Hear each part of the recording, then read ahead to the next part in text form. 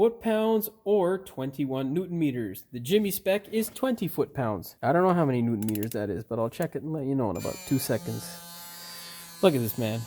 This thing's always greedy for goddamn batteries, you know? Fucking stupid thing. Set it back down. The Jimmy spec is 20 foot-pounds or 27 Newton meters. Okay, there we go. If you're wondering why it is I have my own spec, it's because I've been doing this shit forever, and before everybody was, you know, super, you know, torque this, torque that, I come up with my own shit sometimes, you know, because relatively hard to get this information back in the day. Wasn't easy, that's for sure, unless you were at the dealer. Programs like ShopKey and whatnot weren't exactly always accessible because they were stupidly expensive and still are. But, you know, with today's world and how cars have become overly electric and just have too much electronic gadgets that need all kinds of stupid procedures, you definitely need that shit if you're going to be a mechanic. So, yeah. All right, let's give it. All right, good to go. Pull that extension off and pull that contraption out. Now, you're gonna get yourself a nice clean microfiber cloth. In case you're wondering, that's a microfiber cloth. You're going to wipe off any dirt or debris that has gotten on your wonderful, wonderful spark plug wire. Now, it's up to you. You can put a little bit of dielectric grease down in there. I don't usually do it, to be honest. It's not something that I usually do. It depends on the car. Some cars are better off with it, and some cars are better off without it. This one's one of them that, in my opinion, are better off without it. Now, what you're going to do is place it down inside there. You will feel a bit of friction, and obviously you heard that pop. That's how you know we're nice and engaged. Now, I don't know how this was done, and I don't know how it's possible, but I did have a car that came in once with a misfire, and they somehow managed to plunk this thing on or into the bore. It wasn't popping, and no wonder why it wasn't popping. The stupid thing was beside the spark plug as opposed to on the spark plug. This should be nice and supple like this and easy to manipulate, but you shouldn't be able to manipulate it to the point where it is beside the spark plug and not on top of it, because that is stupid. Anyhow, hopefully that made sense to you and you don't make the same mistake. Mind you, that was a one-off thing, and I've never seen anybody else smart enough to do that ever again. And let's listen for that satisfying pop. Oh yeah. Oh yeah, baby. Now, I'm going to leave this side off. We'll jump over to the other fun side. You're going to need a 1-inch or 1.5-inch extension to accompany your wonderful 3-inch extensions. Let's get going. Now this side, the left side of the engine bay, is wonderful. As you can see, it looks like a lot of fantastic fun. It is not. It's not the worst thing in the world. It looks worse than it actually is, to be honest with you. A lot of people will recommend removing the battery and all that stuff. I'm not a fan of that. It's just an extra step. And this guy here is not an automatic. It is a stick shift. And if you know Subarus, especially with the electronic drive-by-wire, not cable or old school wire, they get really dumb. And they like to stall, and it pisses you off. Well, pisses me off, at least. I can't stand it. When I get in the Subaru and I clear the codes and this friggin' car just wants to and then die, it pisses me off. So I do anything I can not to disconnect the battery. Probably shouldn't tell you this, but I changed this guy, and I changed it without, shutting off my car. I just leave it running, hook up a pair of jumper cables to another battery. That's my capacitor there, and you're good to go. Swap your battery out. But, I'm going to probably not say that because, all the crackheads in the comments, oh, you shouldn't do that. Yeah, whatever, piss off. Nonetheless, I wouldn't recommend you doing it at home, especially any of that sort of stuff, because it's just not the stuff that you want to do and have a mistake happen with. That can lead to some serious issues. So, in all seriousness, do not try stuff at home that you're not comfortable with. As simple as it may be to somebody else, it can be a daunting task to you. That being said, we are simply going to be reaching our arm in here and doing our business. You will need a 1-inch extension. That wonderful guy there accompanying these guys here. Whatever you do, just be gentle, and there are some jagged things in here depending on the year. If this was a I think it's a 2005 and under, you would have to remove your wonderful washer fluid tank, which, well, the bolts usually break on those, so that's always fun, but it's a little bit easier with that design. Not the end of the world here with this guy, so yeah, I'm going to stop rambling now. Let's start doing some shit. You're not going to see much, but hey, you'll hear noises and whatnot. Oh yeah, not those types of noises. That's just me, you know, having my thankful attitude for success. Thank you, God. You got an attitude of gratitude is what my wife says, and she's right. Because you know why? She's my wife, and she's usually right about everything. No, she's right about a lot of stuff. I swear to God. This guy's always fun. Because you got an AC sensor there, and that little shit likes to jab your hand. No Julio, baby. It's always good. You can tell those guys who don't believe in silicone on your new fucking gasket that I'm wrong, because I'm right. Right there's the proof. All right, grab this guy here. Stick it down in the number 2 hole. Oh, gotta take my 1-inch off. Oh, god damn. That little clip there tried to take some chicken off my fucking finger.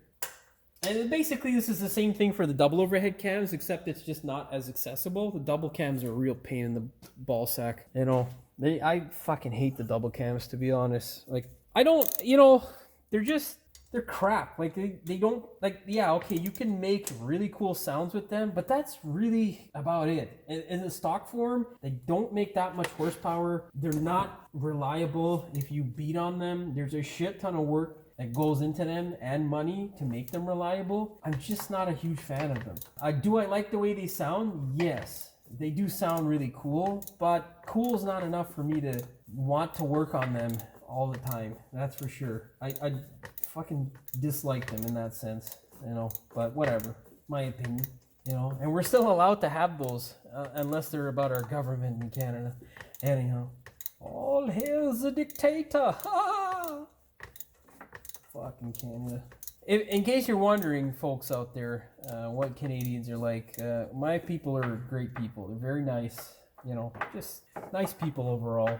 But fortunately, we're very quiet, and it would appear as though the newer generations of Canucks don't have a backbone when it comes to certain issues. Nonetheless, we will cease that topic's discussion right there, because I don't want to anger myself. Oh yeah, there we go. Get it out the rest of the way. Great country, I'll tell you, but lots of problems. We are not without big problems currently. So yeah. Oh yeah, look at that. Oh, are you still in there? Come on, guy. Stop holding on. You're fucking getting changed today. Get out. Sometimes you gotta whisper stuff to the parts, eh? It helps. You crank it out slowly. Let's do an inspectoroonie. Now, when you have the iridiums, it's very important to make sure the tip is there, because if the tip isn't there, you could get screwed. We have had these tips break off sometimes, usually because someone, you know, tries to gap them or do something stupid, or they could just break off. You never know. And they can score the hell out of your cylinder wall, which isn't pretty. Anyhow, ooh, we got some, looks like potential crackaroonie here. You can see those little black marks. I don't know if that's a crack. It doesn't look like it, but that usually indicates a misfire. The indication is that black sort of stuff there. Anyhow, it don't matter, baby, because that shit's going in the trash. Let's get our second spark plug out. God damn it, my light's pretty much dead, guy. I can't see shit. All right, get the ratchet. Oh, baby, come on. Fit her in the hole, and then get your hand in there. Make it a clickety-clack.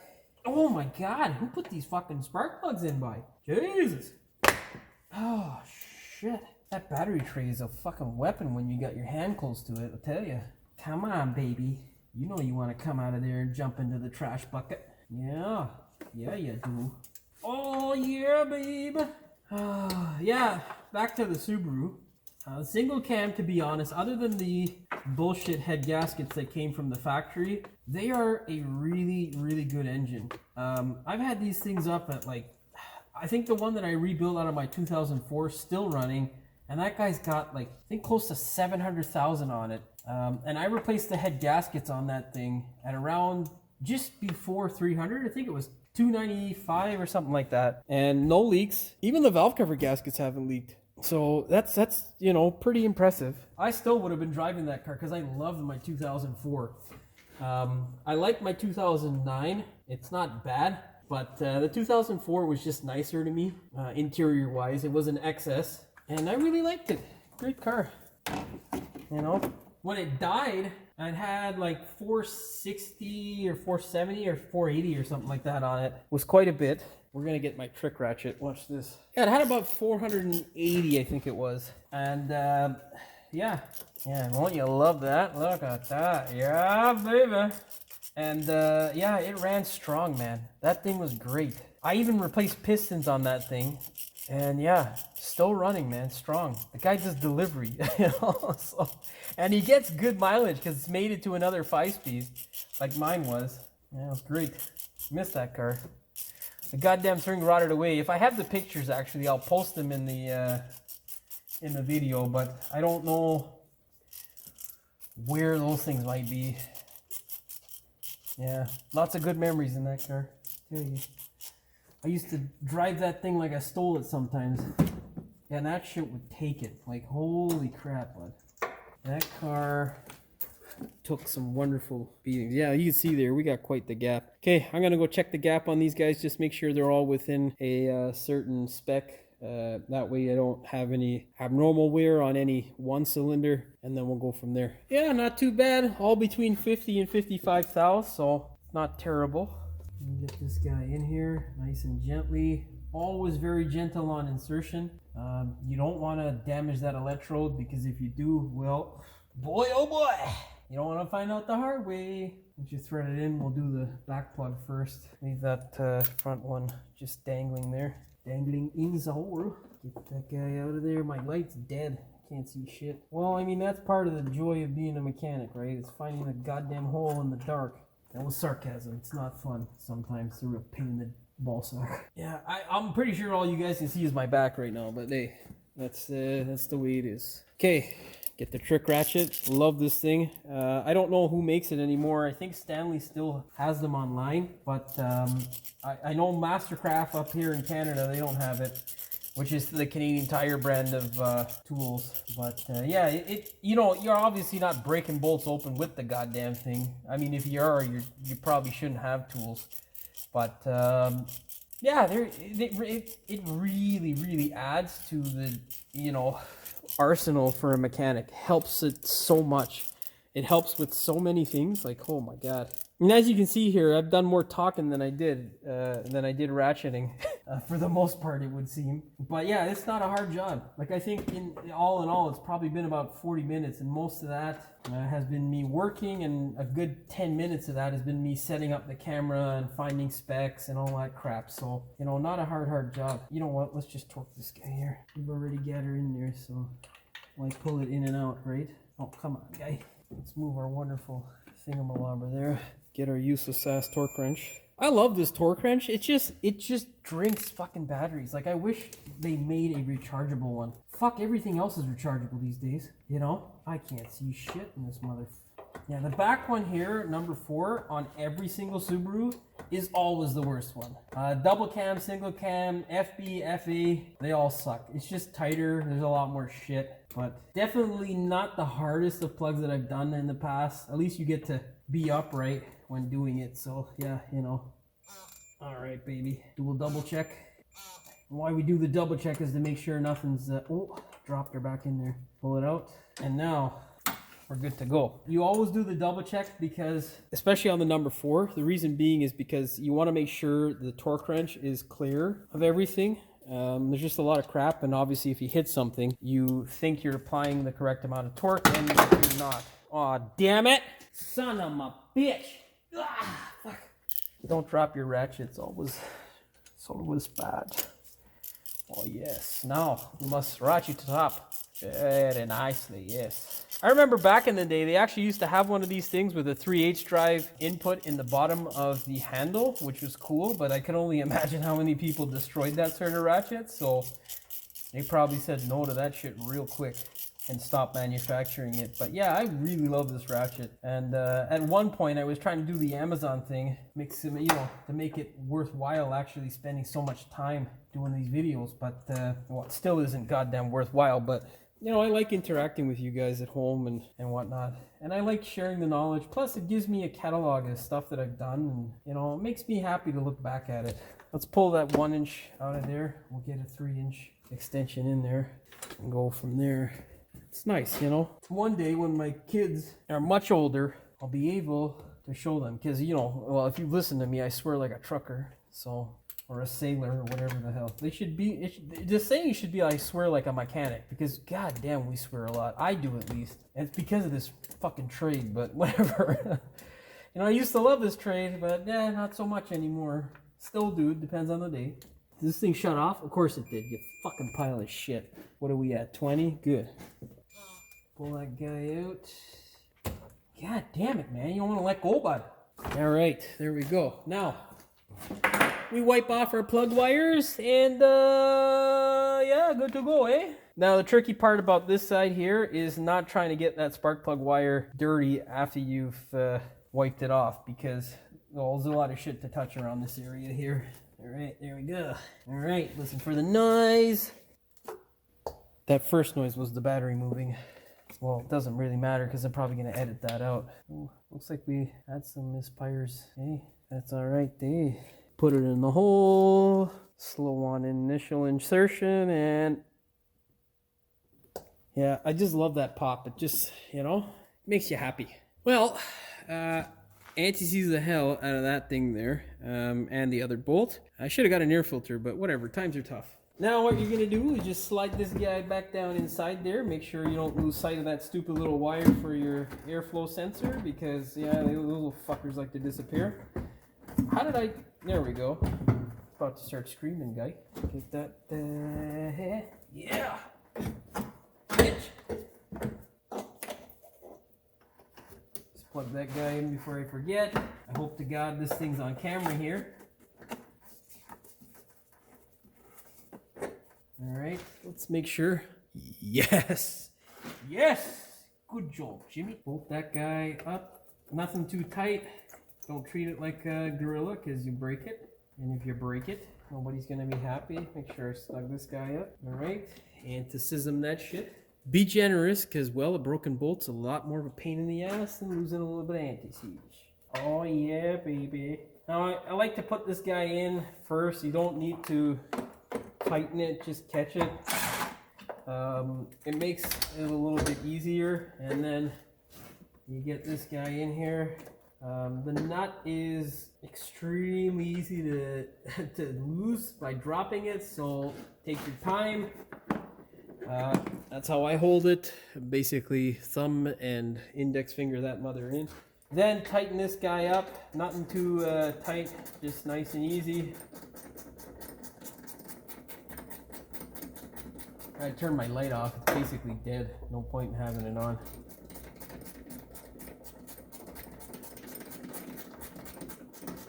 Yeah, baby. I don't know what the torque spec is for this thing. Don't fuck it up, basically. That's the torque spec. Yeah, that sounds good. Grab all your tools and we are good to go. All we need to do now, start this thing up, make sure it doesn't misfire, or we don't have any obvious problems, and we are donezo. Don't forget this stupid thing.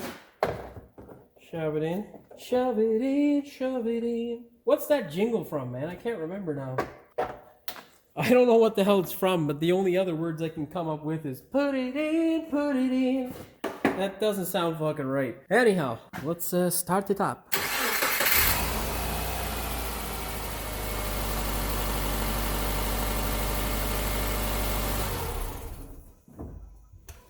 Well, no obvious shakes, no bullshit. We don't have an exhaust leak anymore, which I fixed off camera. I'd say that's a success, yeah.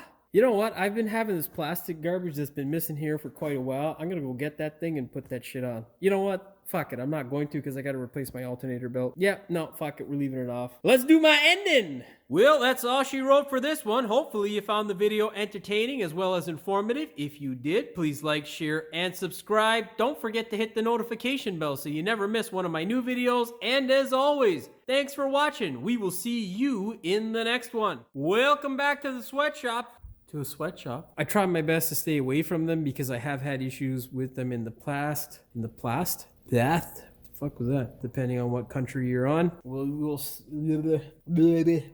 If you're, you know, if you're doing spark plugs a lot, I don't know what the fuck. I just stuttered. They're like, you